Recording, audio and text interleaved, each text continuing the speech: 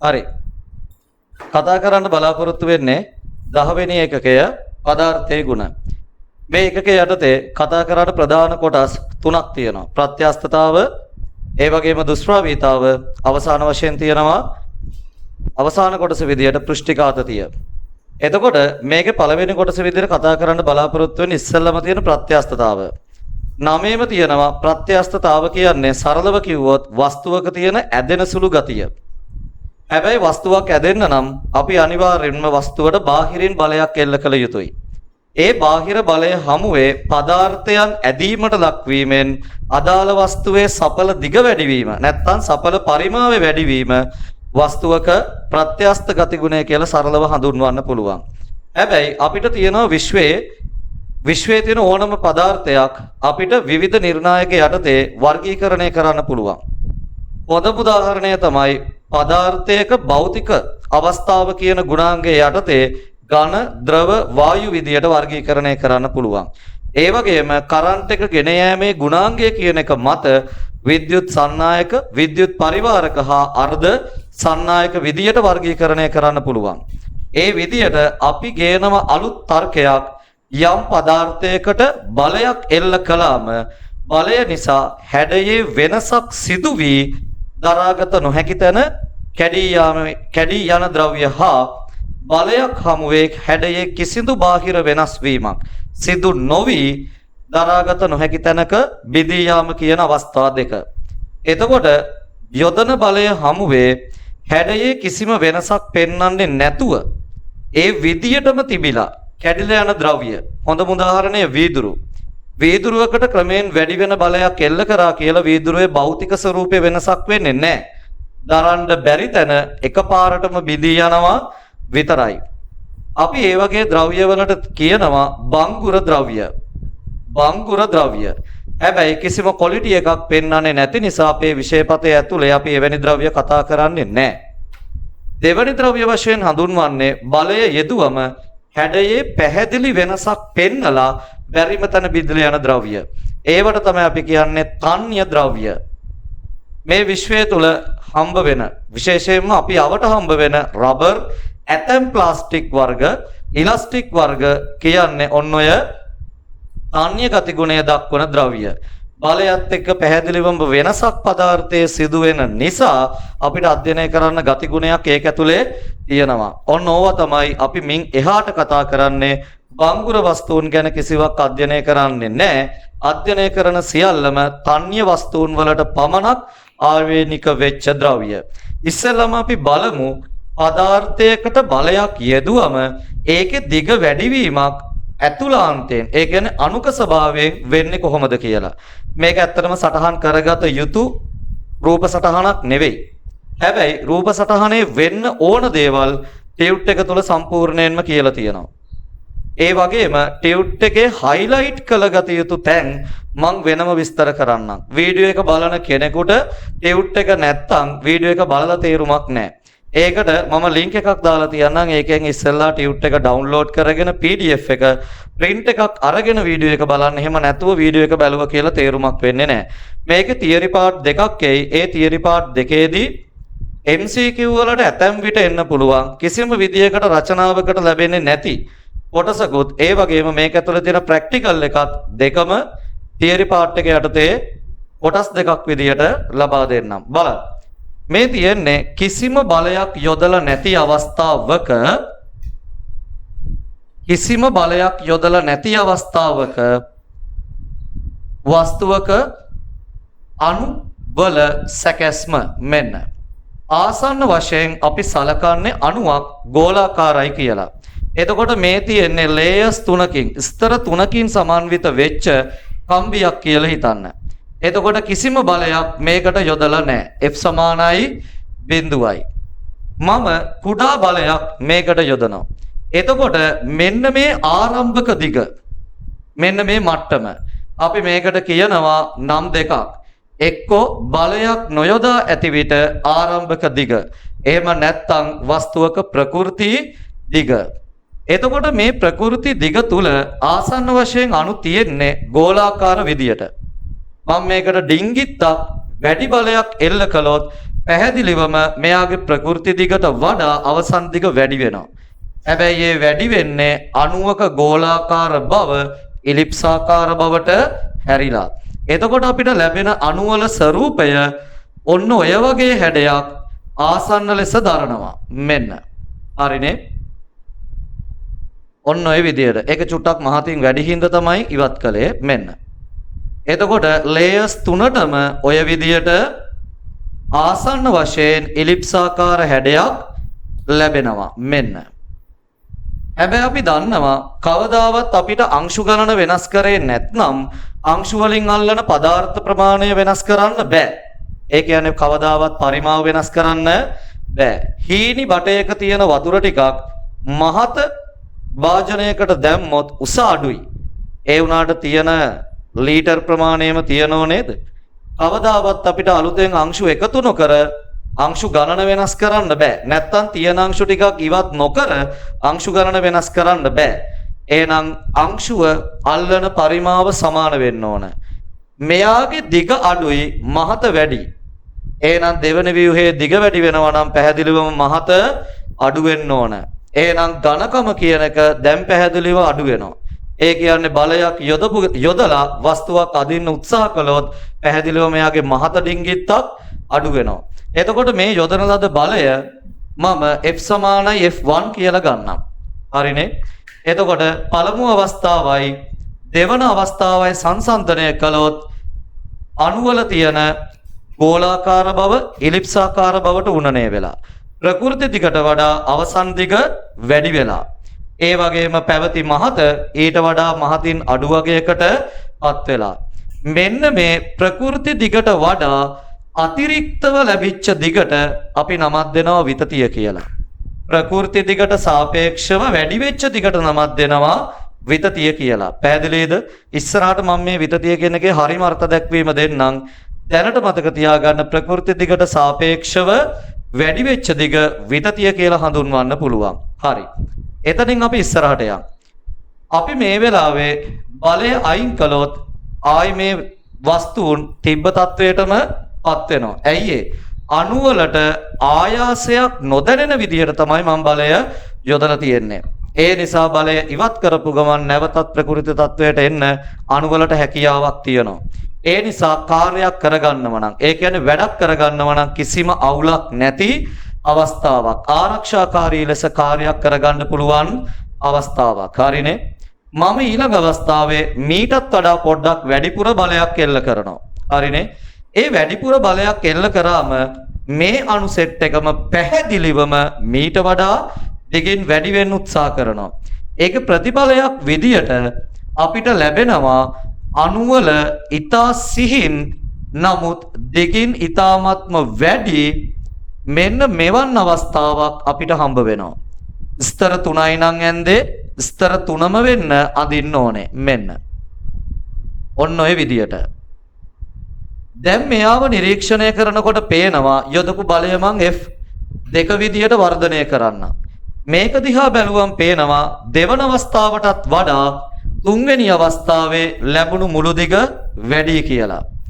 ඒ වෙලාවේ විතතිය කියන්නේ ඒත් මෙන්න මේ ටිකට E2 මෙයා E1 කියලා ගමු. කවදාවත් පවතින තැන ඉඳලා වැඩි වෙච්ච ප්‍රමාණය නෙමෙයි විතතිය. හැමතිස්සෙම ප්‍රකෘති දිගේ සිට අවසන් දිග දක්වා වැඩි වෙච්ච ටික තමයි විතතිය කියලා නම් කරන්නේ. හැබැයි මෙන්න මේ අවස්ථාව සෑහෙන්න භයානක අවස්ථාවක්. හේතුව මොකද්ද? හොඳටම අදාළ වස්තුව හීනී. හොඳටම හීනී. හැබැයි දිගින් ඉතාමත් වැඩි. අපි දන්න ඕනම දෙයක් කෙන්දක් බවට පත් වුණොත් කඩල යෑමේ අවදානමක් පවතිනවා කියන එක. එහෙනම් මේ තියෙන්නේ අවදානමක් අරගෙන කාර්යයක් කරන අවස්ථාවක්. මේක එච්චර හොඳ අවස්ථාවක් නෙවෙයි. හැබැයි පුතේ මං 4 වෙනි සටහන අඳින්නම් බලා ගන්න එක හරිනම් මේ ආරම්භයෙන් මෙන්න ඕන ඉඩ නැති නිසා මං එහා පැත්තට ගන්නම්. කවුරු හරි කෙනෙක් මේ අවස්ථාවටත් වඩා බලය වැඩි කරන්න try කරොත් අණුවල හැඩය වෙනස් වීමෙන් දිග වැඩි කරන්න පුළුවන් අන්තිම අවස්ථාවටත් ඇවිත් ඉවරයි. හරි? මීට වඩා දිග වැඩි වෙන්න තියෙන එකම ක්‍රමය තට්ටු වශයෙන් ඉදිරියට ලිස්සලා යන එක. අපි තට්ටු වශයෙන් ඉදිරියට ලිස්සා යන එකට දෙනවා ජෙනුයින් වචනයක් සර්පණය වීම. අණු තට්ටු වශයෙන් එක මතයක ලිස්සා යෑම කියන එකට කියනවා අණු සර්පණයට ලක්වීම. කවුරු හරි කෙනෙක් මීටත් වඩා වැඩි බලයක් යෙදුවොත් දැන් මේ ස්තර පැහැදිලිවම තට්ටු වශයෙන් ඇදිලා යන්න try කරනවා. බලන්න එහෙම වුණොත් වෙන දේ. මම මෙන්න මේ වගේ ආරම්භයකින් ගන්නම්. හරින එක පෙළට තියෙන්න ඕන සටහනක්. ඉඩ කියන ගැටලුව නිසා මම මෙතන අඳින්නම්. දැන් පළවෙනි තට්ටුව ලිස්සගෙන ගිහිල්ලා මට මෙන්න මේ විදිහේ අවස්ථාවක් ලැබෙනවා. මම අණු තුනකට කොට කරන්නම් ඉස්සරහට ගියොත් පොඩ්ඩක් තව දේවල් අකුඩු කරන්න ඉඩ මදි වෙයි කියන හිතන හන්ද මම අණු තුනෙන් නවත්තන්නම්. හරි. මේ තියෙන්නේ ආරම්භයේදී තිබුණු ඉතුරු සෙට් එක. ඒ විදිහටම ගන්නම්. මෙන්න. මේ තියෙන්නේ අණු ස්තර වශයෙන් සර්පණය වෙච්ච අවස්ථාව. දැඩි බලයක් අපේ වස්තුවට අපි යොදලා තියෙනවා F සමානයි F4 හතරවෙනි අවස්ථාව. මේකේ තියෙන භයානකකම තමයි අණු එක මතයක ලිස්සල ගියාට පස්සේ මහත තනින් තැනට වෙනස්. පේනෝනේ? මහත තනින් තැනට වෙනස්. මෙන්න මෙතන සිහින් බවින් උපරිමයි. මේ හරිය මහතින් උපරිමයි.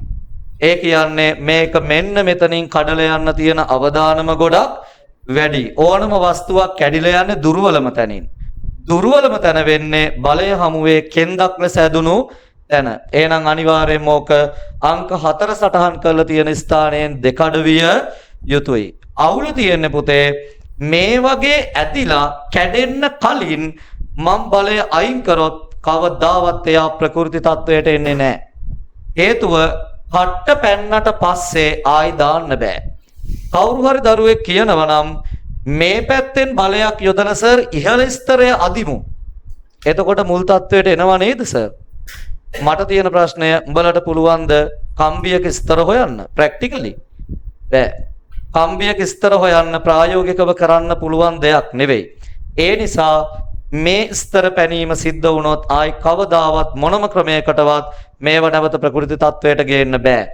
බලය අතෑරියට පස්සේ අනිවාර්යයෙන්ම එයා ප්‍රකෘති දිගට වඩා වැඩි දිගක් ඉතිරි කරගන්නවා. හැබැයි අන්න එහෙම ප්‍රකෘති දිගට වඩා වැඩි දිගක් ඉතිරි කරගත්තොත් ලොකුම අවුල තියෙන්නේ ආයි එවැනි කෙනෙකුගෙන් කාර්යයක් කරගන්න එක සුදුසු නෑ. මොන වෙලාවෙ කඩලා යයිද කියන්න දන්නේ නෑ. හරි. වීඩියෝ එක බලන කෙනෙක් hina වෙන්නේ නැත්තම් පොඩි දෙයක් කියන්නම් උදාහරණයකට. ඒ තමයි උඹලා සාමාන්‍යයෙන් ඉලාස්ටික් තියෙන කලිසමක්ම වෙන්න ඕනේ නෑ. ඉතින් ඉලාස්ටික් තියෙන යමක් අදිනකොට එක කකුලක් දැම්ම පරිමැද්දා අනිත් කකුල දැම්ම ඉස්සුව ගන්නට හදාගත්තා. මාස දෙකක් කරපන් මොකෝ වෙන්නේ? ලොකුයි. මම කෙට්ටු වෙලාද දන්නේ. දැන් ලොකුයිනේ. ඇයි එහෙම වෙන්නේ? ඉලාස්ටික් එකකට උනත් දරන්න පුළුවන් සීමාවක් තියෙනවා. හැමදාම මොකද අදින්න නැතුව ඇති. අඳින හැම වෙලාවෙම තවයකට බහින්න ඕන සයිස් එකට ඇදලා ඇඳලා පස්සේ ඉලාස්ටික් එක හැමදාමත් උපරිම බලයක් කරා ගමන් කරනවා. ටික දවසක් යද්දී ඉලාස්ටික් එකේ ස්වභාවික දිගට වඩා වැඩි දිගක් ඉතුරු වෙනවා. Taman කෙට්ටු වෙලා නෙමෙයි.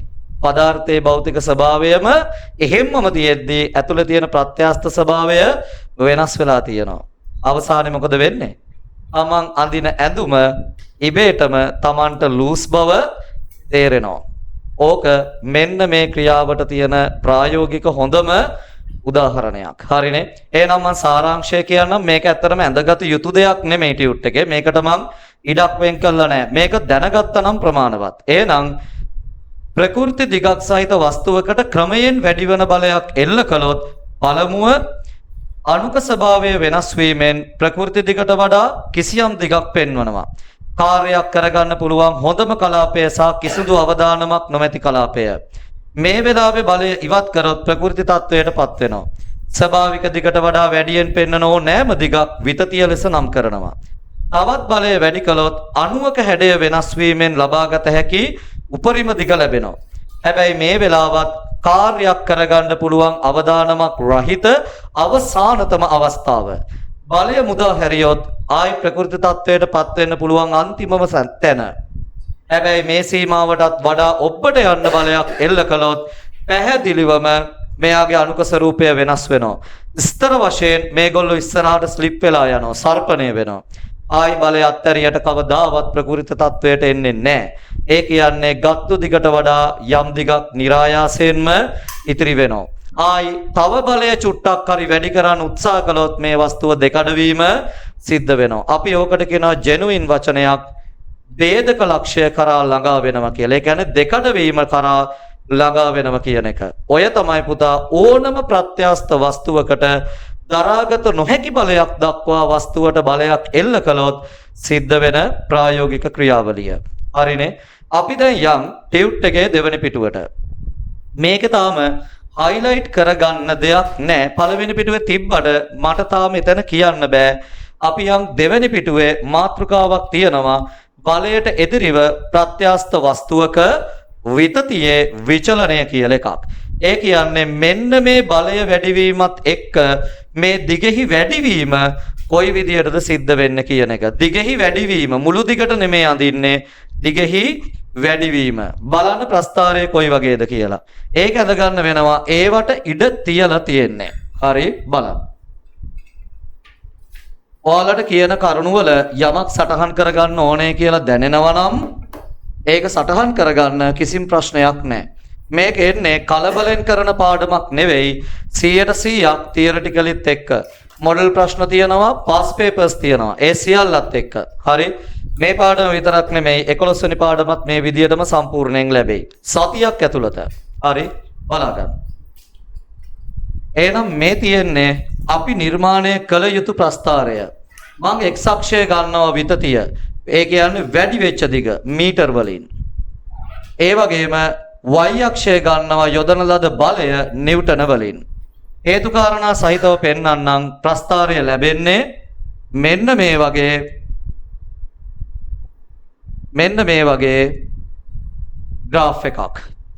කොයිම වෙලාවකටවත් මෙන්න මේ ස්ථානෙන් පස්සේ ආයි පල්ලෙහාට නැවෙන්නේ නැහැ අවසන් කෙලවරට එනකම්.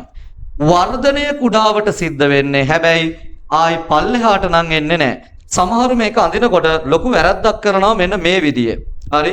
ඔහොම අරගෙන ඊටු ටික ඔන්න ඔහොම ගන්නවා. එතකොට බලන්න මේ මට්ටමට වඩා ආයි යට වැහැලා තියෙනවා. පේනවයි? ඔවා සම්පූර්ණයෙන්ම වැරදි දේවල්.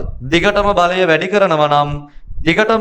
කරනවා නම් ආයි කීයටවත් බලය අඩු වෙන්න හේතුවක් නැහැ. පේනෝනේ y අක්ෂය. ඒ නිසා ප්‍රස්ථාරය අඳිනකොට 100% සැලකිල්ලෙන් නිර්මාණය කරන්න බලන්න.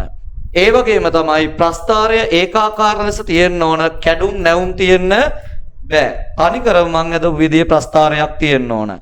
මේක මට පුළුවන් පුතා නිරූපණය කරන්න ප්‍රධාන ලක්ෂ 4ක්. පළවෙනි ලක්ෂය ඇත්තට මෙන්න මේ කැපුමක් දාලා තියෙන තැන පළවෙනිම ලක්ෂය A විදියට. ඊට ඉතා ආසන්න ලක්ෂයක් තියෙනවා B විදියට. මෙන්න මේ නැවතත් වර්ධනය ආරම්භ වෙන ස්ථානය C විදියට. අවසන් කෙලවර D විදියට. මම දැන් මේ ටිකට නම් යොදන්නම්. ඔයාලට පේනවා කැපිටල් A කියන්නේ විතතියයි බලයයි අනුලෝම ලෙස සමානුපාතිකයි. ඒ කියන්නේ වර්ධනය ඒකාකාරයි. අපි ඔන්න ඔය ටිකට කියනවා අපි ඇඳපු සටහනේ දෙවන අවස්ථාව. ඒ කියන්නේ බලයක් යෙදීමෙන් විතතියක් සිද්ධ වුණාට බලය ඉවත් කරාම ආයි ප්‍රකෘති තත්වයට එනවා. වැඩක් කරගන්න එක කිසිම අවුලක් නැහැ කිව්ව කලාපය. අපි ඔතෙන්ට නමක් දෙනවා කැපිටල් A කියන එකට සමානුපාතික සීමාව. ඒ කියන්නේ බලයත් එක්ක විතතිය හෙවත් දිගෙහි වැඩිවීම එකම රටාවට ඒකාකාර ලෙස වෙනස් වීම. වැඩක් කරගන්න පුළුවන් සුපිරිම කලාපය. ආයි බලය ඉවත් කරොත් මේ මාර්ගයේ දිගේම ඇවිල්ලා ප්‍රකෘති තත්වයට පත් වෙනවා. කිසිම අවුලක් නැහැ. B කියන්නේ පුතා ප්‍රත්‍යස්ත සීමාව. ප්‍රත්‍යස්ත සීමාව. ඒ කියන්නේ බලයයි විතතියයි අතර සමානුපාතික බව ගෙනියන අවසානම කලාපය. මං ඇඳ තුන්වෙනි කලාපය. ඒ කියන්නේ අන්තිම අවස්ථාව ඒ හරියෙන් බලය අතෑරියොත් ආයි ප්‍රකෘති තත්වයට ගෙන්න ගන්න පුළුවන්. ඒ අන්තිමම තැන හැබැයි. ඉන් එහාට ගියොත් අපේ පාලනයෙන් තොරයි. මේ කවුද? මේ කවුද එතකොට? අපි යොදන බලයත් එක්ක අනුසර්පණය වෙන්න try කරපු කලාපය. ඕකේ C කියන්නේ අවනති ලක්ෂය. අවනති ලක්ෂය. ඕකාරි සුවිශේෂී. ඇයි ඒ? 9ෙම තියෙනවා අවනති ලක්ෂය. ඒ කියන්නේ මොකද්ද? අවනත නොවන ලක්ෂය කියන එක. කාටද? යොදන බලයත් එක්ක සිදුවන විතතිය දැන් අපේ පාලනයෙන් තොරයි. පැහැදිලිවම අණු එක මතයක සර්පණය වෙනවා. පැහැදිලිවම තට්ටු වශයෙන් ඇදිලා යනවා. ආයි කවදාවත් මේක පැන්නොත් ප්‍රකෘති තත්වයට ගෙන්න ගන්න බෑ. එතන තමයි පුතා මේ තියෙන්නේ. ඒ කියන්නේ මං අර සර්පණය වීම කියන එක ඇරබෙන ස්ථානය. අන්තිමට D. එතනින් එහාට ප්‍රස්ථාරය නැහැ. ඒ කියන්නේ කවුද? ભેදක ලක්ෂය. ભેදක ලක්ෂය මෙන්න පුතේ. ඔය තමයි ලක්ෂ 4. ඒ කියන්නේ අසීමාන්තික බලයක් හමුවේ, උපරිම බලයක් හමුවේ කැඩී යන අන්තිම අවස්ථාව. පේනෝනේ? ඔන්න ප්‍රස්ථාරය. මේක එක්සෑම් එකට අඳින්න ලැබෙන්න පුළුවන්. හරි. ලක්ෂ 4 ගැන අවබෝධයක් තිබිය යුතුයි. ඒකාකාරී භවයේ අවසානය සමානුපාතික. ඒක ආසන්න වශයෙන් සමානුපාතික වෙන්නේ ළඟම ලක්ෂය සමානුපාතික සීමාව. ආයේ ශීඝ්‍ර වර්ධනයක් පටන් ගන්න ස්ථානය අවනති ලක්ෂය. ඒ කියන්නේ අණු ලිස්සාගෙන යෑම ඇරබෙන ස්ථානය. ප්‍රස්ථාරයේ අවසන් කෙලවර අධික භාරයක් හමුවේ වස්තුව දෙකඩවීම කියන එක. ඔන්න අපිට ලැබෙන ආරම්භකම අවස්ථාව. එහෙනම් ඔයාලයි ටියුට් එක නැත්තම් මම ලින්ක් එක දාලා තියෙනවා ඩිස්ක්‍රිප්ෂන් එකට ගිහිල්ලා ටියුට් එක ඩවුන්ලෝඩ් කරගන්න. හරි. එතන පළවෙනිම පිටුවේ අවසානයේ තියෙන පේනවලට තුන්වෙනි අවස්ථාවට පත්වීමට ප්‍රථම යොදන බලය සමග අණුවල හැඩය වෙනස් කිරීමෙන් ආයාසයෙන් තොරව දිග වැඩිවීම සිදුවේ කියලා. හරිනේ? අන්න එතන යටින් තියෙනවා මෙම අවස්ථාව සමානුපාතික සීමාව නම් වේ කියලා. ඔන්න ඔය අවස්ථාව කියන එක highlight කරගන්න පුතා එච්චරයි. ඊළඟට ඔයාලයි දෙවෙනි පිටුවේ තියෙනවා ප්‍රත්‍යස්ත වස්තුවක විතතියේ විචලනය කියලා මාතෘකාවක්. එතන ඔය ලක්ෂ 4 නම් කරලා තියෙනවා. හැබැයි හිස්සිඩක් තියලා තියෙනවා. ඒ හිස්සිඩ තුල මේ ප්‍රස්ථාරය නිරූපණය විය යුතුය. ප්‍රස්ථාරය නිරූපණය විය යුතුය. එහෙනම් ඉක්මනින් ඒ ප්‍රස්ථාරය අද ගන්න ටයිම් එක මදි නම් වීඩියෝ එක නවත්තලා ඉතුරු ටිකට ලෑස්ති වෙන්න.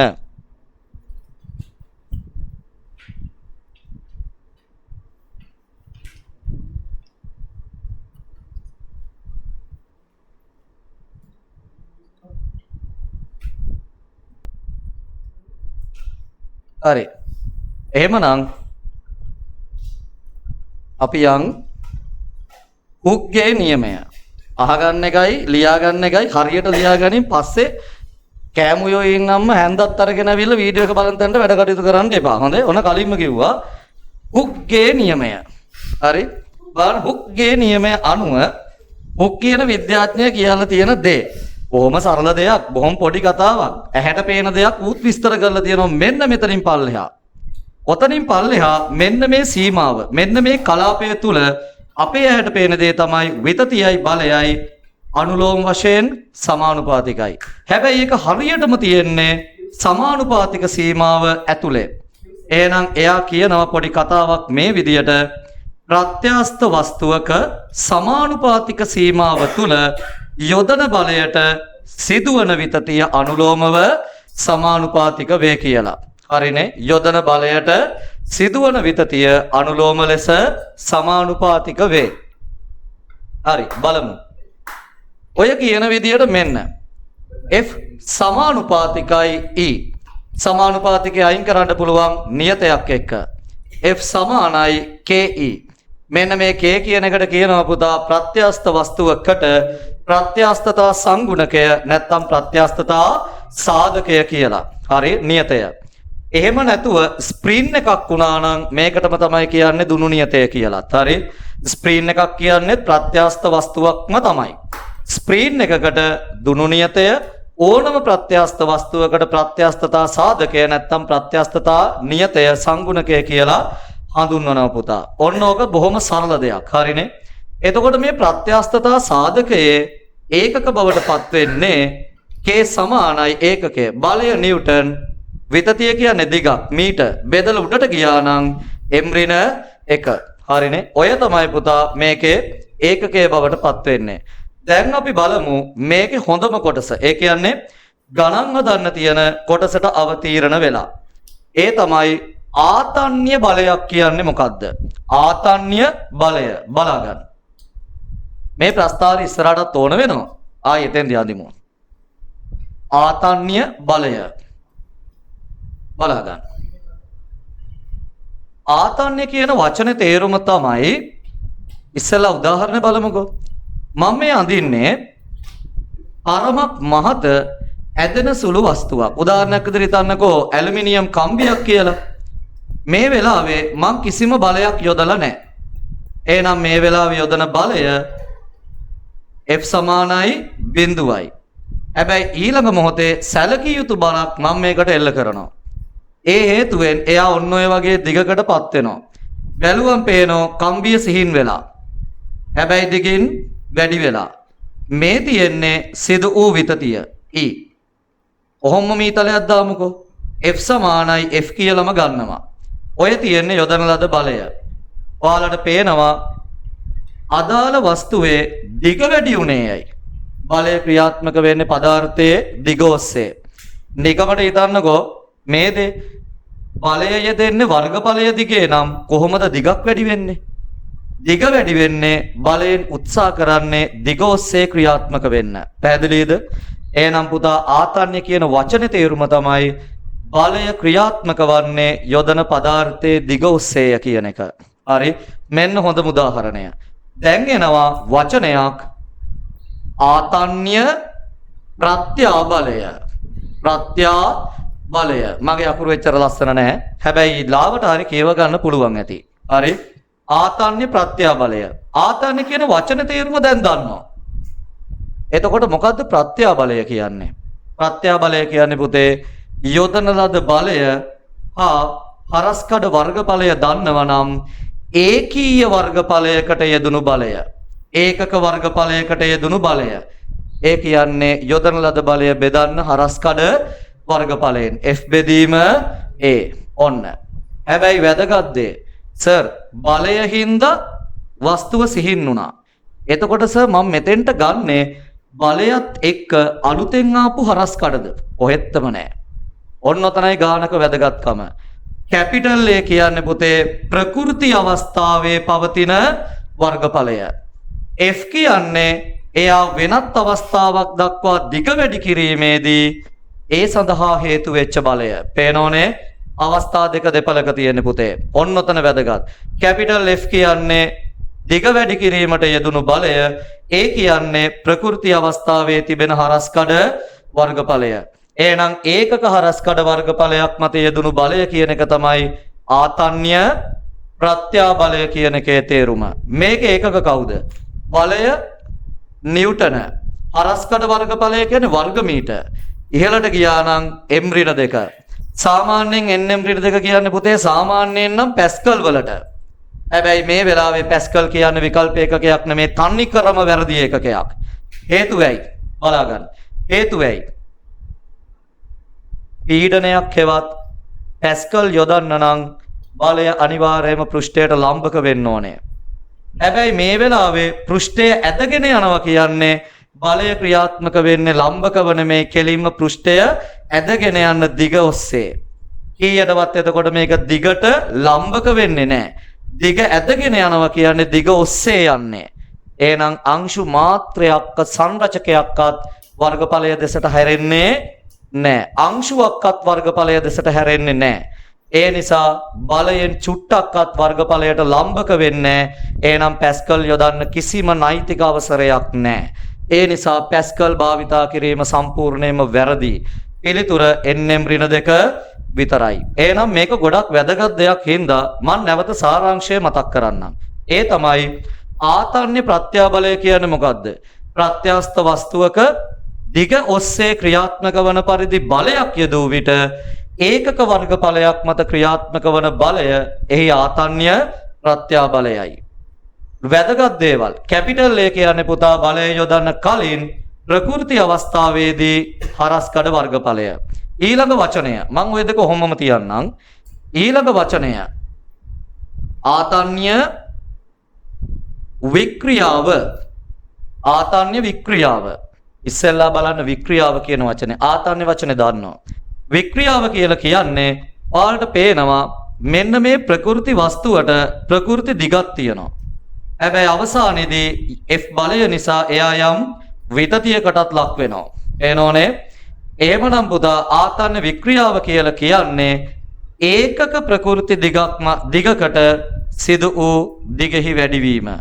ඒකක දිගකට සිදු වෙච්ච දිගෙහි වැඩිවීම. ඒ කියන්නේ E බෙදීම L. අන්න එනවා දිගෙහි වැඩිවීම ස්වභාවික දිගෙන් බෙදුවම ඒකක දිගකට සිදුවන දිගෙහි වැඩිවීම. මේකට පුතා ඒකකවත් මානවත් නැත. ඇයි ඒ? විතතිය කියන්නේත් මීටර්, දිග කියන්නේත් සාධාරණව මීටර්. කැපුනම කිසිම ඒකකයක් මානයක් නැහැ. ඔන්න. එහෙනම් ආතන්‍ය වික්‍රියාව කියන්නේ කවුද? බලය පදාර්ථයක දිග ඔස්සේ ක්‍රියාත්මක වන විට ඒකක දිගක් මත ක්‍රියාත්මක වන දිගෙහි වැඩිවීම කියන එක. ඔන්න. දැන් තමයි පුතා ලස්සනම වචනේ එන්නේ. මම මේකත් ඉවත් කරන්න තවදුරටත් මේක අවශ්‍ය වෙන්නේ නැති හින්දා. දැන් තමයි ලස්සනම වචනය. ඒ තමයි යම් මාපාංකය.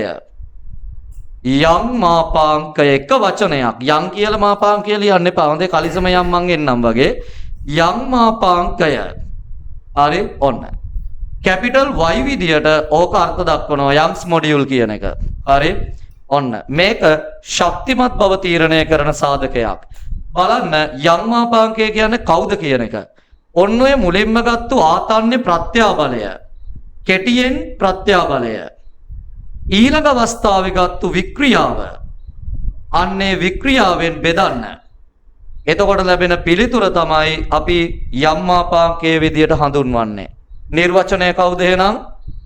ආතන්‍ය ප්‍රත්‍යාබලය ආතන්‍ය වික්‍රියාවට දරන අනුපාතය කියන එක. ඕක තමයි යම් මාපාංකය. බලන්න ආදේශ කරොත් කවුද ලැබෙන්නේ කියන එක. y සමානයි ප්‍රත්‍යාබලය F බෙදීම A. මෙන්න ප්‍රධාන බෙදීම. වික්‍රියාව E බෙදීම L. දැන් බලන්න අවසානයේදී ලැබෙන ප්‍රකාශනය. අවසානයේ ලැබෙන ප්‍රකාශනය. එහෙනම් y සමානයි F බෙදීම A ගුණ කිරීම L බෙදීම E. අවසානයේනවා y සමානයි FL බෙදීම AE. මෙන්න මේක ගණන් හදන්න අනිවාර්යයෙන්ම වැදගත් වෙන සමීකරණයක්. y සමානයි FL බෙදීම AE. y කියන්නේ යම් මාපාංකය. F කියන්නේ E විතතියක් ලැබීමට යොදන ලද බලය. L කියන්නේ ප්‍රකෘති දිග. අනම්මනම් විකාර ලියන්න එපා. දිග බලය. බොරු කතන්දර. E විතතියක් ලැබීමට යොදන ලද බලය. L කියන්නේ ප්‍රකෘති දිග. වෙනස් වෙන්නේ කලින් තිබිච්ච දිග. ඒ කියන්නේ ප්‍රකෘති හරස්කඩ වර්ගඵලය. ඒ කියන්නේ බලය යොදන්න කලින් වස්තුවට තිබිච්ච ස්වභාවික වර්ගඵලය. E කියන්නේ F බලය නිසා ඇතිවෙච්ච විතතිය. මෙන්න. හැබැයි පුතා වැදගත් දේ යම් මාපාංකය කියන්නේ යම් ද්‍රව්‍යයකට නියතයක්. ඒ කියන්නේ ඇලුමිනියම් කෑල්ලක් ගත්තොත් ලොකුයිද පොඩියිද කියලා නෑ. ඇලුමිනියම් වල යම් මාපාංකය නියතයක්. හැබැයි සංයුතිය එකම වෙන්න ඕන. ඇලුමිනියම් හදද්දී භාවිතා කරපු සාන්ද්‍රණ වෙනස් නම් සංඝටකවල අන්න යම් මාපාංකය වෙනස්. එහෙම නැතුව එකම සංඝටක සාන්ද්‍රණයකින් හදපු එකම ද්‍රව්‍යයක යම් මාපාංකය කියන නියතයක්. ප්‍රමාණාත්මකව ලොකුද පොඩිද කියලා අදාළ නැහැ. හරියට ජලයේ ඝනත්වය 1000 නම් ජල නියදියෙන් බිංදු දෙකක් ගත්තත් ඒ බිංදු දෙකේ ඝනත්වයක් 1000යි නේද? ඒ විදිහට මේකෙත් ප්‍රමාණය අදාළ නැහැ. මෙන්න ප්‍රැක්ටිකලි මේ කවුද? මේ තමයි ප්‍රත්‍යස්ත වස්තුවක දිග ඔස්සේ බලයක් යෙදුවොත් එයාගේ සවිශක්තිමත් බව තීරණය කරන සාධකය. මම වචනයක් හයිලයිට් කරලා කියනවා. දිග ඔස්සේ බලය යෙදුවොත්. එතකොට පේනවා ප්‍රත්‍යස්ත වස්තුවකට දිග නැතුව වෙන විදියටත් බලයන් යොදන්න පුළුවන්. ඒකත් මේකෙදිම හම්බ වෙනවා තියරි වලදීම. ඒ නිසා සවිශක්තිමත් බව තීරණය කරද්දී දිග ඔස්සේ යොදනවා නම් බලය අන්න සවිශක්තිමත් බව තීරණය කරන සාධකය යම් මාපාංකය. හරිනේ. මම මේකෙන් ප්‍රස්ථාරයට යන්න කලින් පොඩි ප්‍රායෝගික දෙයක් කියන්නම්. සාමාන්‍යයෙන් නැවක් ජැටියකට ගෙනල්ලා නැංගුරම් දානකොට දැකලා ඇති. දැන් නම් ගොඩක්ම භාවිතා කරන්නේ කඹහා අර අමුතුම නිකන් මහතක් නැති පොඩි පටි වගේ තැඹිලි පාට පටි වගේ දේවල් වලින් අදින්නේ. හැබැයි තවමත් ඕකට විශාල දන්වැල් භාවිතා කරනවා. හැබැයි සැලකිය යුතු කාලයක් භාවිතා කරාට පස්සේ ඔය දන්වැල් ඒ වගේම කඹ මාර මහතයි. කඹ දෙකම ඔය දෙවර්ගයම කැඩෙන්න කලින් ඉවත් කරනවා. ඕවා තොග වශයෙන් මිලදීගෙන වෙලදුන් ඕවා විකුණනවා භාවිතා කරන ලද දීවරාම්පන්න කියන කැටගරියට අයිති කළා. හැබැයි අලුතෙන් මේ වගේ ලොකු දන්වැලක් මහත දන්වැලක් ගන්නවට වඩා මිල බොහෝ සෙයින් අඩුයි. හැබැයි අපේ ගෙදරක කාර්යයන් කරගන්න කොටන් පටවන්න ඔය දන්වැල් භාවිතා කරන්න සුදුසුයි. හේතුව නැවක් වගේ ටොන් ගාණක් රඳවල තියාගන්න නෙමෙයි අපි ඕවා අරන් එන්නේ. හැබැයි වැදගත්ම දේ ටික කාලයක් පාවිච්චි කළාට පස්සේ ඇයි ඕවා අයින් කරන්නේ? කාලයක් භාවිතා කරනකොට මතක ඇතිනේ කිව්වා අර ප්‍රත්‍යස්ත සීමාව එහෙම පැනලා ගියාට පස්සේ වැඩක් කරන එක අවදානම් කියලා. සැලකිය යුතු කාලයක් ඕක භාවිතා කළාට පස්සේ ඇතැම් විට ලොකු ටොන් ගාණක් දරාගෙන ඉඳෙද්දි ප්‍රත්‍යස්ත සීමාව ඉක්මවල තියෙන්න පුළුවන්. එහෙම වුණොත් එවැනි කඹ කීපයක් නැත්නම් දම්වැල් කීපයක් භාවිතා කරොත් ඒක අනතුරක් සිදු වෙන්න හේතුවක්. ඒ නිසා ගණනය කරන ලද කාලයකට පස්සේ ඕවා කැඩෙන්න කලින් ඉවත් කරනවා. හැබැයි අපි ටොන් ගාණක් අදින්නේ නැති හින්දා අපේ වැඩක් කරගන්න තවමත් ඒව හොඳ මට්ටමක තියෙනවා. අලුතෙන්ම චේන් දම්වැල් ගේන්න අවශ්‍ය වෙන්නේ නැහැ. ඕවා ප්‍රායෝගික දේවල් පුතා. හරි. ඕවා ප්‍රායෝගික දේවල්. හරිනේ. ඒ වගේම තව දෙයක් කියන්නම්. සාමාන්‍යයෙන් ඉස්සර නැවකට බාණ්ඩ පැටවුවේ ක්‍රේන් එක කෙලින්ම දන්වැල් වලින් ඔතලා ඉස්සුවේ. හැබැයි අනේක වාරයක් සමහරලාට ෆිල්ම් වල වීඩියෝස් වල පවා දැකලා ඇති ඒ චේන් එක කඩාගෙන අදාළ අර කන්ටේනර් පෙට්ටිය උඩ ඉඳලා පල්ලෙහාට වැටෙනවා. හැබැයි දැන් කාලේ ගොඩක්ම දන්වැල් පාවිච්චි කළාට ඒ ක්‍රේන් එකේ උස්සනකොට විද්‍යුත් චුම්බකයක් මගින් අමතර ආධාරකයක් ඉහළින් අල්ලනවා. ඒ තමයි චේන් එකට දෙන අමතර සපෝට් එක. එතකොට සම්පූර්ණ බර චේන් එකට වැටෙන්නේ නෑ. විද්‍යුත් චුම්බක මගිනුත් යම් එසවීමක් සිද්ධ කරනවා. එතකොට කඩා වැටෙන තියෙන අවදානමත් දන්වැල් වැඩි කාලයක් භාවිතා කිරීමට හැකියාවත් කියන දෙකම ඔතනින් අපිට ලැබෙනවා. ඒක අමතර වාසියක්. අපි එහෙනම් බලමු මෙන්න මේ ප්‍රත්‍යාබලය හා වික්‍රියාව අතර ප්‍රස්ථාරය කොයි වගේ වෙයිද කියලා බලන්න. ප්‍රත්‍යාබලය හා වික්‍රියාව අතර ප්‍රස්ථාරය කොයි වගේ වෙයිද? 100%ක්ම පුතා මේකත් අර කලින් ඇඳපු ප්‍රස්ථාරයමයි. E බෙදීම L ඒකක නෑ. F බෙදීම A ඒකකය NM ඍණ 2 මෙන්න ලැබෙන ප්‍රස්ථාරය කලින් ප්‍රස්ථාරයම තමයි.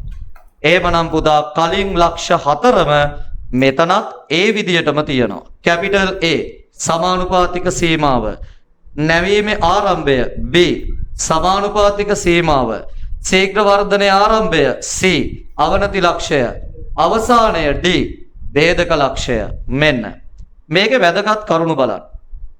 අපි කැපිටල් A දක්වා පමණක් අනුක්‍රමණය ගණනය කළොත් කවුද ලැබෙන්නේ?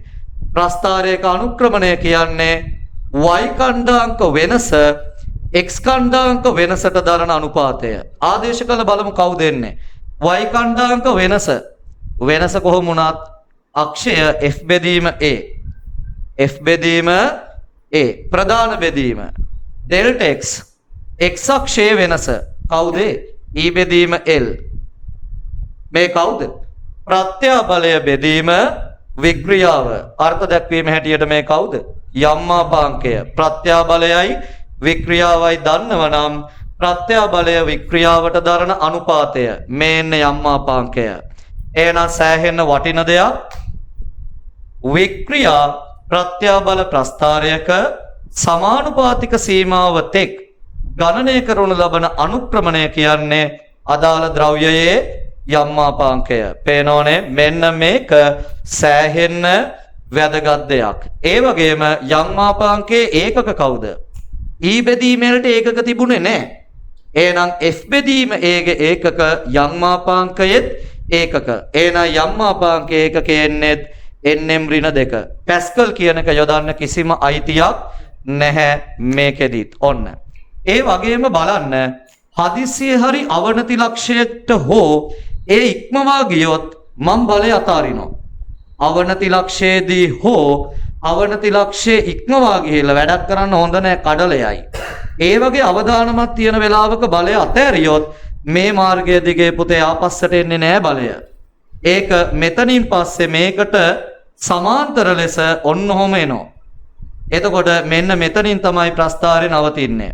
එතකොට මේකෙන් ඔප්පු වෙන්නේ y අගය බිඳුවේදීත් x අගයක් තියෙනවා කියලා. y අගය බිඳුව වෙන්නේ බලය ඉවත් කිරීමෙන්. ඒ වුණාට x අගයක් ඉතුරු වෙන්නේ e අගය ඉතුරු වීමෙන්. මේකෙන් ඔප්පු වෙනවා බලය ඉවත් කළත් ආයි ප්‍රකෘති දිගට එන්නේ නැහැ. චූටි දිගක් වැඩිපුර ඉතිරි කර ගන්නවා. අර මං කියව උදාහරණය කලිසමක් එහෙම අඳින්න ගියාම මාසයක් දෙකක් යද්දී අනේ ඉන ලොකු ඉනේ කිව්ව කතාව. අමතර දිගක් ඉතිරි කර ගන්නවා. මෙන්න මේකට අපි කියනවා හරි ලස්සන වචනයක්. මේකට නමක් දෙනවා සාමාන්‍ය විහාරයේ විදියදී අතිරික්ත දිග. අතිරික්ත දිග බලයක් නැතුවත් පෙන්වන දිග මවාපාන ලද දිග. මේකට සයන්ස් වලින් තියෙන හරි ලස්සන වචනයක් නিত্য න්‍යස්තය කියලා. නিত্য න්‍යස්තය. ඒ කියන්නේ බලයක් නොයොදා නියත ලෙස ඉතිරි වෙන විතති ප්‍රමාණය. හරි ලස්සන වචන ඕවා. හරිය? නিত্য න්‍යස්තය. මේ තමයි පුතා අපිට ලැබෙන ආරම්භකම පියවර සෙට් එක. මේක වැදගත් වෙන්නේ මේ ප්‍රස්ථාරය තනිව අඳින්න වෙයි. තනිව ලක්ෂ ලකුණු කරන්න වෙයි. අනුක්‍රමණය කවුද කියන එකේ වැදගත්කම කවුද ලැබෙන්නේ කියන එක අපිට ගණනය කිරීමක් සහිතව හොයාගන්න වෙයි. ගණනය කරොත් අනුක්‍රමණය ලැබෙන්නේ අදාළ වස්තුවේ යම් මාපාංකය. ඔය තමයි මූලිකම සාරාංශ සෙට් එක. අපි බලමු මින් ඉදිරියට ගිහිල්ලා. හරි.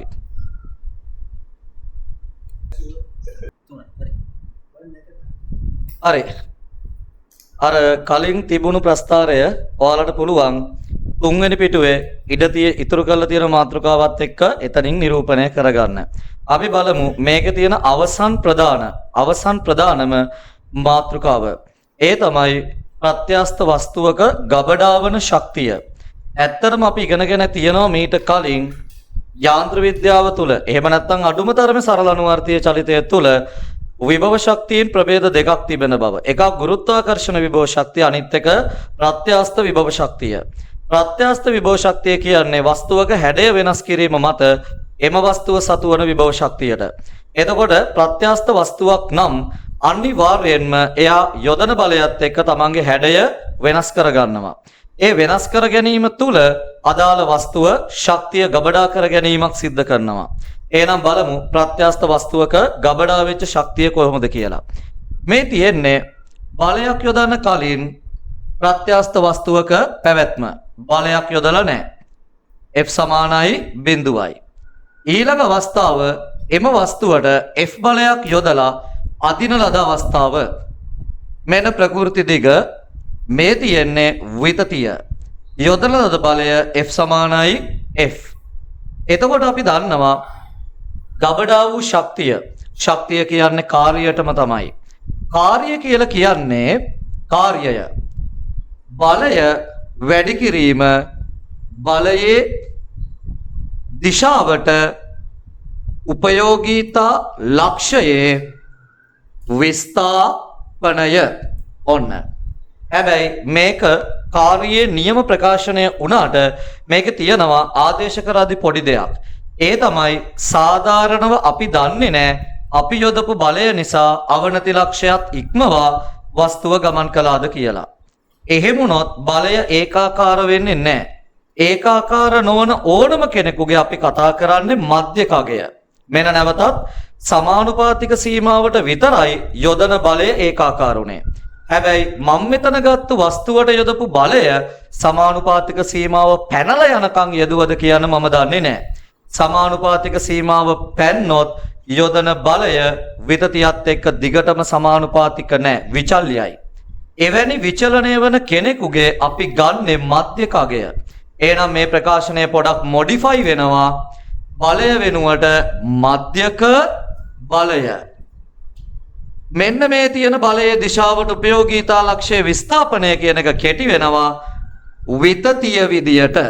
විතතිය. ආදේශ කළොත් මධ්‍යක බලය. ආරම්භක බලය 0යි අවසාන බලය F. මධ්‍යක අගය කියන්නේ ඔය දෙක එකතු කරලා දෙකෙන් බෙදන්න.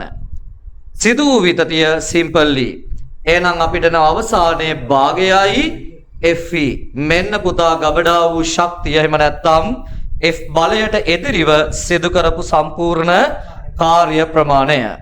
හැබැයි අපිට පුළුවන් මේකට තවත් ප්‍රකාශන දෙකක් ඇතුළත් කරන්න. මෙන්න මේ විදියට.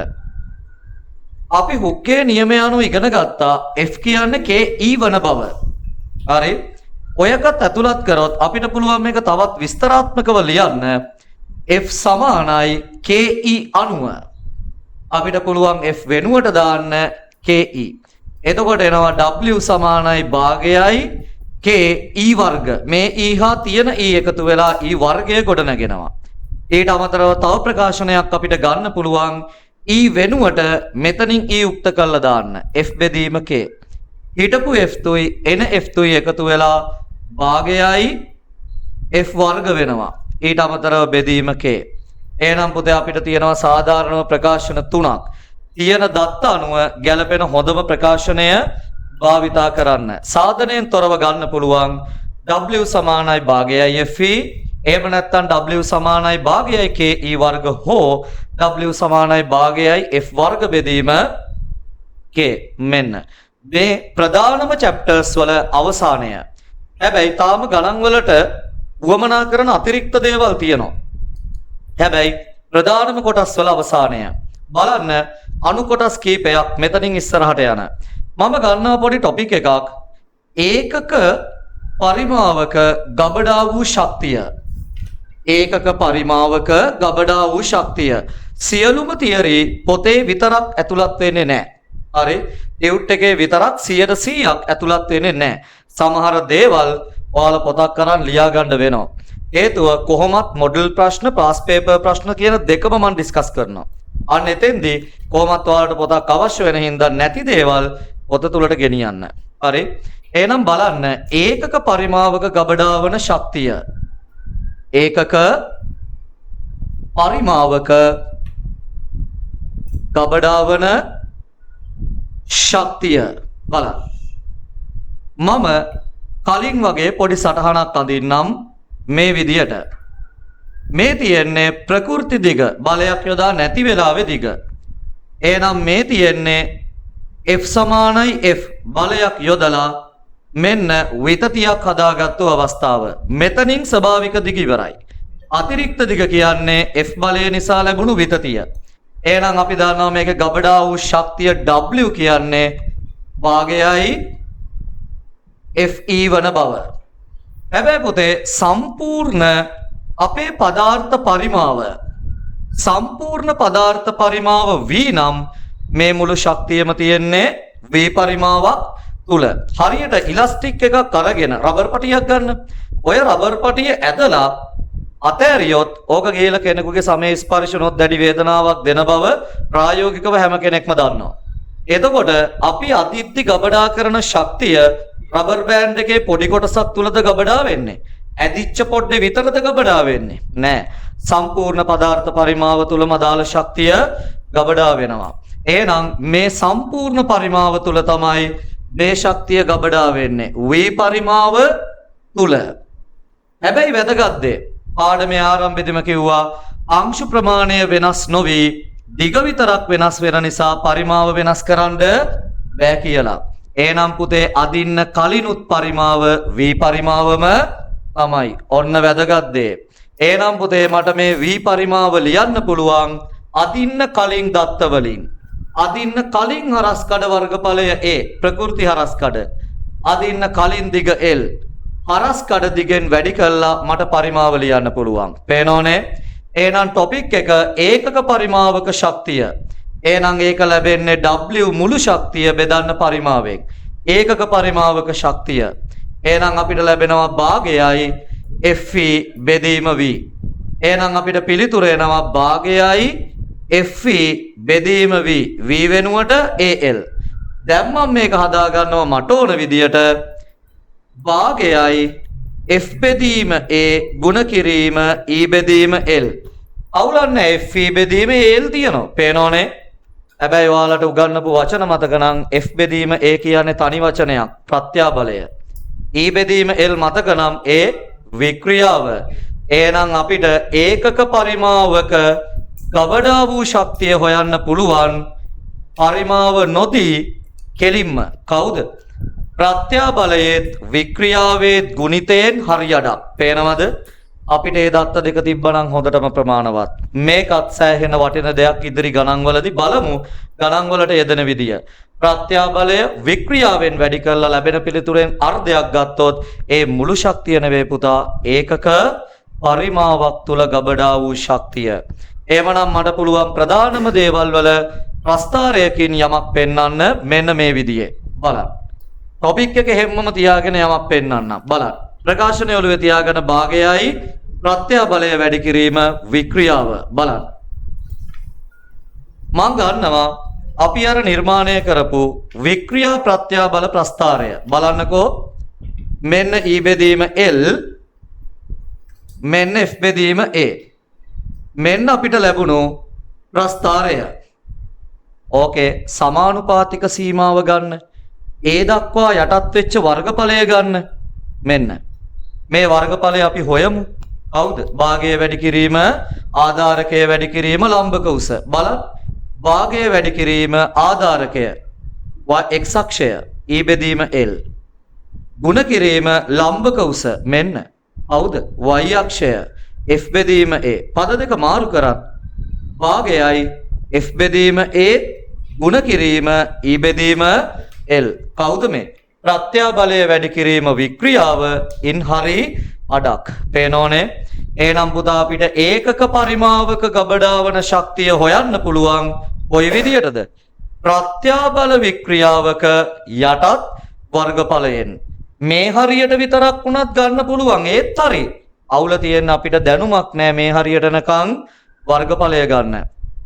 අපිට හැකියාව තියෙන්නේ සමානුපාතිකයේ ගාවට නකම් වර්ගඵලය ගන්න විතරයි. ඒ දක්වා වර්ගඵලය ගන්න අන්න එනෝ එතෙන්ට නකම් කරපු ශක්ති ප්‍රමාණය නැත්තම් සිදු කළ කාර්යය ප්‍රමාණය. පේනෝනේ? අතිශය වැදගත්. හරි. තව එකක් තියෙනවා ප්‍රධාන කොටස් වලින් කියලා දෙන්න. බලන්න. ඒ තමයි කෙලින්ම මේ වචනය කපලා කතා කරන දේ. අවශ්‍ය නම් මේව සටහන් කරගන්න. වීඩියෝ එක නවත්තන්න අවශ්‍ය දේ සටහන් කරගන්න. මට මේකට වෙනම ලියා ගනින් කියලා වෙලාවක් දෙන්න අවශ්‍ය නැහැ. හරි. එහෙනම් බලන්න. මම මේකේ ප්‍රත්‍යාබල වික්‍රියා අක්ෂය වෙනුවට මම ගේනවා විතතිය හා බලය අතර ප්‍රස්ථාරය. බලන්න. E හා F අතර මුලින්ම තිබුණ එක. අර හුක්ගේ නියමයේ ගත්තේ අන්නේ ආරම්භක ප්‍රස්ථාරය. එයාගේ අර වගේම සමානුපාතික රේන්ජ් එකේ වර්ගඵලය බලන්න. කවුද? අර වගේම භාගයයි ආධාරකය E වැඩි කිරීම ලම්බක උස F. පද දෙක මාරු කරන්. භාගයයි F E. මේ කවුද? වස්තුවේ ගබඩා වූ මුළු ශක්තිය. පේනෝනේ? මේකනේ මුළු ශක්තියට සාධනය කරේ. එහෙනම් පුතා ප්‍රත්‍යාබල වික්‍රියා ප්‍රස්ථාරයක වර්ගඵලෙන් එන්නේ ඒකක පරිමාවක ගබඩා වූ ශක්තිය. නිකම්ම නිකං බලය හා විතතිය අතර ප්‍රස්ථාරයක වර්ගඵලයෙන් එන්නේ ගබඩා වන මුළු ශක්තිය. පේනවනේ? එහෙනම් පුතා මෙතනින් පළවෙනි තියරි චැප්ටර් එක ඉවරයි. හැබැයි දෙවන තියරි චැප්ටර් එකක් එනවා මේකෙම. ඒකේ අන්තර්ගත වෙන්නේ උෂ්ණත්වයත් එක්ක කොයි විදියට බලය විචලනය වෙයිද? ඒ වගේම ප්‍රත්‍යස්ත මන්දායනය, ඒ වගේම ප්‍රත්‍යස්ත විඩාව වගේ දේවල් කීපයක් ඔයාලත් එක්ක කතා කරන්න. ඒ වගේම යම් මාපාංකය හොයන ප්‍රැක්ටිකල් එකත් අවසන් කරන්න. ඊට අමතරව මම කිව්වා කලින් යම් මාපාංකය කියන්නේ සවිශක්තිමත් බව තීරණය කරන සාධකයක් වුණාට බලය යෙදෙන්න ඕන දිග ඔස්සේ විතරයි. අපිට ගණන් වලට නැති වුණාට තියරිටිකලි වශයෙන් කතා කරන්න තියෙනවා වර්ගඵලයයි පරිමාවයි ඔස්සේ ආවොතින් බලය කොයි විදියටද එවැනි අවස්ථාවක පදාර්ථයේ සවිශක්තිමත් බව තීරණය වෙන්නේ කියන එක. හරි. ඒකේනවා අපිට දෙවෙනි චැප්ටර් එකෙන් මෙතනින් පළවෙනි තියරි චැප්ටර් එක අවසానයි. හරි.